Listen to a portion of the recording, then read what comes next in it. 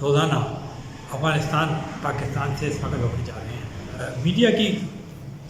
فوج سفر موج ہے، سوشل میڈیا پہ بھی مین اسٹریم پہ ماہرین ہیں، جوان ہیں، نوجوان ہیں، روز ہر چیز کے اوپر تبصرے کر رہے ہیں اور ایسے ایسے انکشافات کہ آپ پاکستان کے سارے معاملات جو ہیں وہ آپ کو روز تاریخیں پڑھتی ہیں، اہم ترین معاملات جو ہیں وہ عدلیہ کے اندر ڈسکس ہوتے ہیں، معزز جج صاحبان کے تبصرے اور پھر اس کے بعد باہر میڈیا کی تجزیے اور سرخیاں۔ بہت سے پی ٹی آئی کے رہنما جو ہیں وہ جیل میں ہیں، ان کا رونا دھونا، دو تین دن کے بعد جیل، تین دن جیل میں رہنا اور پھر اس کے بعد ان کی دردناک داستانیں، ان کے آنسو میڈیا کے سامنے، مہنگائی، عوام کے وہی گاڑیاں ہیں کہ جام سڑکیں ہو رہی ہیں، پیٹرول کا رونا کہ 20 دن کا رہ گیا ہے، قیمتیں جو ہیں وہ ذخیرہ کی جا رہی ہیں۔ میں خبر آپ کو یہ دوں گا کہ $50 لاکھ روزانہ پاکستان سے افغانستان خبر ہو رہی ہے۔ ہاں جی ہاں، یہ اس حالت کے اندر جب پاکستان کے اندر کم ترین ریزروز ہیں، 3 کچھ بلین ریزرو، اور پاکستان ڈالر کے لیے ترس رہا ہے، تو ہمارے جو پڑوسی افغان بھائی ہیں، ہمارے افغان طالبان برادر کی حکومت کے زیر نگرانی ہر روز $50 لاکھ جو ہے اطلاعات کے مطابق وہاں اسمگل ہو کے جا رہا ہے، اور یہ کوئی عام آدمی نہیں کہہ رہا، کرنسی کے جو لیڈرز ہیں وہ بار بار حکومت کو خبردار کر رہے ہیں، اور یہ کر کون رہا ہے؟ یقیناً ہمارے اپنے بھائی کر رہے ہیں جنہیں منافع کی ضرورت ہے، جائز نہیں ناجائز منافع کی ضرورت ہے، اور اس سے بہتر کوئی موقع نہیں ہے۔ نتیجہ کیا ہے؟ افغانستان کا جو روپیہ ہے وہ تو $90 پر ڈالر ہے، اور پاکستان کا $270 پر ڈالر ہے۔ افغانستان کے اوپر پابندیاں لگی ہیں، آپ کو پتہ ہے، ساری دنیا کی طرف سے ان کو ڈالر نہیں مل رہے، ان کو کوئی نہیں مل رہا، وہ سارے ڈالر جو ہیں وہ ہم سے پورے کر رہے ہیں۔ کس طرح؟ اسمگلنگ کروا کے ویلکم کر رہے ہیں، بڑے خوش ہو رہے ہیں اس بات کے اوپر۔ ان کے روپے کی قیمت بہت اسٹرانگ ہے، اس علاقے کے اندر ان کی روپے کی قیمت اسٹرانگسٹ کرنسیز کے اندر شمار ہو رہی ہے بمقابلہ ڈالر، اور ہمارا یہ حال ہے۔ تو ہمارے برادر 18 سال تک ان کا ہم نے ساتھ دیا، جب ساری دنیا ان سے منہ موڑ چکی تھی ہم ان کے ساتھ تھے، جب وہ جیتے تو اور قبضہ کیا انہوں نے افغانستان پہ، تو ہمارے یہاں جشن منایا گیا ہمارے سابق وزیر اعظم کا کہ انہوں نے تو غلامی کی زنجیریں توڑ لی ہیں، اس سے ان کی مثالیں دیتے تھے، اور آج وہ اس کی ریپیمنٹ دیکھ لیں کس طرح، اس کا صلہ کس طرح مل رہا ہے کہ ہمارا سارا ڈالر جو ہے وہ وہاں اسمگل ہو کر جا رہا ہے۔ اس کو ہمارے بھائی طالبان کی حکومتیں ویلکم کر رہی ہیں، وہاں کے لوگ ویلکم کر رہے ہیں، اور وہ مزے کر رہے ہیں، اور ہم جو ہے وہ ڈالر ہائے کر رہے ہیں۔ دوسری طرف اگر آپ دیکھیں ایک اور بات کہ پاکستان کے پھر IMF کے اندر کھڑا ہے، مذاکرات ہو رہے ہیں، انتظار ہے کہ کب وہ اسٹاف لیول کا ہو اور کب وہ اعلان ہو کہ جی ہمارے کو 1.1 کچھ ارب ڈالر کی قسط مل گئی ہے۔ ہر 3-4 مہینے بعد یہ قصہ ہوتا ہے، کڑی سے کڑی شرائط ہیں، ہم کہا جا رہا ہے کہ حکومت نے گھٹنے ٹیک دیے ہیں، حکومت کے وزیر اعظم نے خود کہا کہ ہم ان کی ہر شرط ماننے کے لیے تیار ہیں، لیکن وہ بھی ایسے ہیں کہ ٹس سے مس نہیں ہوتے، انہیں اس بات کا کوئی خیال ویال نہیں ہے کہ وہ سیلاب آیا اور اس میں جو ہے وہ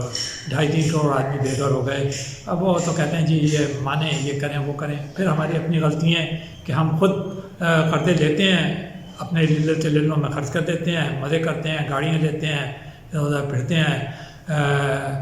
بازاروں میں 11-12 بجے تک شاپنگ کرتے ہیں، ہائی ویز کے اوپر ہمارے ہوٹل کھلے ہوئے ہیں جہاں لائنیں لگی ہوئی ہیں، سڑکوں کے اوپر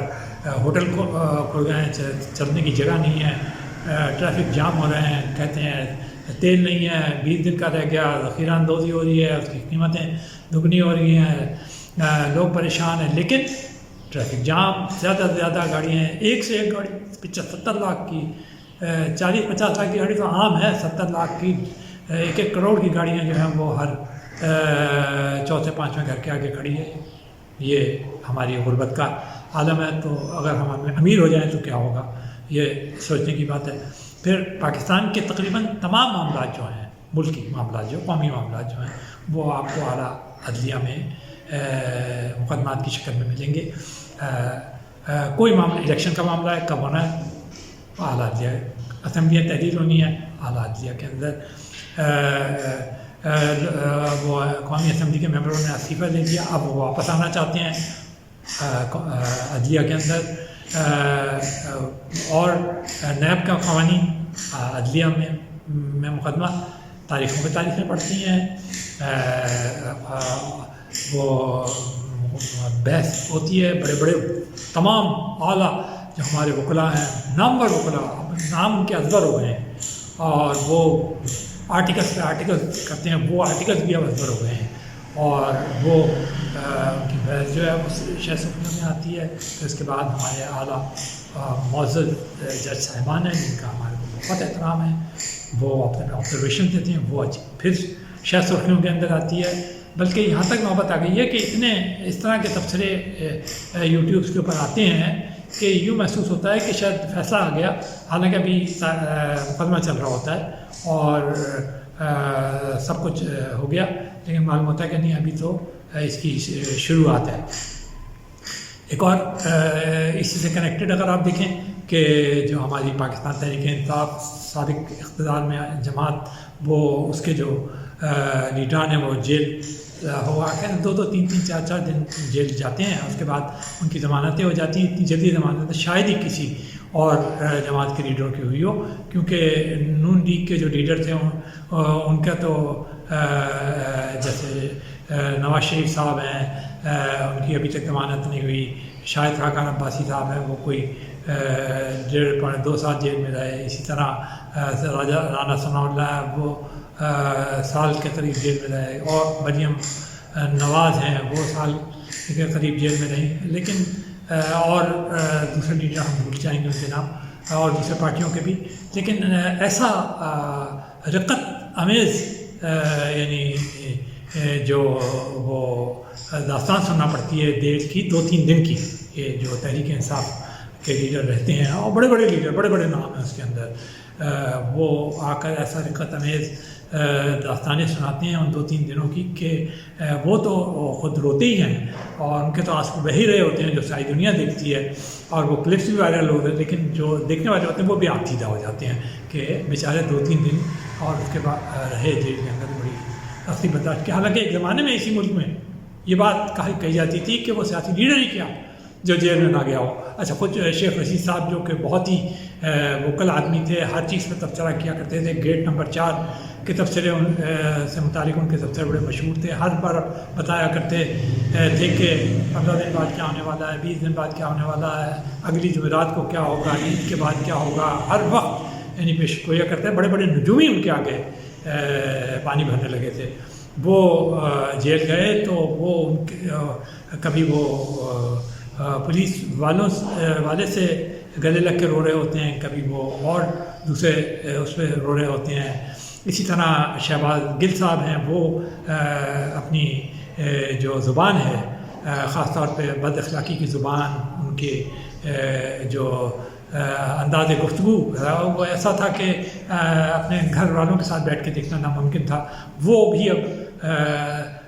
کئی دفعہ جب ضمانت پہ رہا ہوئے لیکن پھر جیل میں، لیکن وہ بھی ہے جب انہیں موقع ملتا ہے وہ ایسی داستان سناتے ہیں کہ بس واقعی میں کیا کہا جا سکتا ہے، ہمدردی کہیں یا یہ کہیں کہ ترس آنے لگتا ہے کہ کیا ہو رہا ہے ان کے ساتھ۔ سیاسی لیڈر پاکستان میں وہ جو روایت تھی وہ بدل گئی ہے۔ اب سیاسی لیڈر جو ہے وہ اگر 2-3 دن بھی جیل جاتا ہے تو وہ ہوتا ہے جو کہ دھاڑے مار مار کر روتا ہے، پولیس والوں سے گلے مل مل کے روتا ہے، اپنی داستانیں سناتا ہے ٹاک شوز میں بیٹھ کے، اور آنسو بہاتا ہے، اس سے اپنے بچے یاد آتے ہیں۔ یہ کبھی اس نے یہ نہیں سوچا کہ جو اس کے زمانے میں جیل میں لوگ گئے جاتے ہیں، ان کے بھی بچے، ان کے ماں باپ بھی ہوتے ہیں، ان کے بہن بھائی بھی ہوتے ہیں، ان کو بھی بڑی تکلیف ہوتی ہے۔ تو اگر ہم یہ معاملات وہاں تک لے کے ہی نہ جائیں اور یہ رویے ہی نہ رکھیں اور اپنے سیاسی معاملات کو سیاسی طریقوں سے حل کرنے لگیں، جو کہ ہر آدمی کہا کرتا ہے، تو کتنا اچھا ہوتا تھا، کتنا اچھا ہو۔ سب لوگ جو تھے جن کو ذرا سا بھی وہ تھی ان معاملات کے نتائج کا علم تھا، وہ یہی بات کہتے تھے کہ بھائی اپنے معاملات خود ہی طے کر لو، سیاست کا مطلب ہی ہوتا ہے بات چیت، لیکن وہ سب مقدمات میں یقین رکھتے تھے. خود وہ کہا کرتے تھے کہ عمران خان کے زمانے میں تو کوئی ایسا معاملہ ہی نہیں تھا جو اس میں نہ جاتا. اب ہمارے پھر وہ کرٹیسزم ہوتا ہے اعلیٰ عدلیہ کے جج صاحبان کے اوپر جو یقیناً ناگوار گزرتا ہوگا انہیں بھی اور ہمیں بھی اچھا نہیں لگتا کہ فیصلے بھی آ جاتے ہیں اور آبزرویشنز بھی ایسی ہوتی ہیں جو جن کے اوپر ہوتی ہے وہ ان کے لیے تکلیف دہ ہے. تو یہ سب نہ ہو تو اگر میرے خیال سے ایک پرسکون باقی جمہوریتوں میں دیکھیں لیکن ہمارے یہاں جمہوریت کے رنگ بھی نرالے ہیں بلکہ رنگ ڈھنگ ہی نرالے ہیں.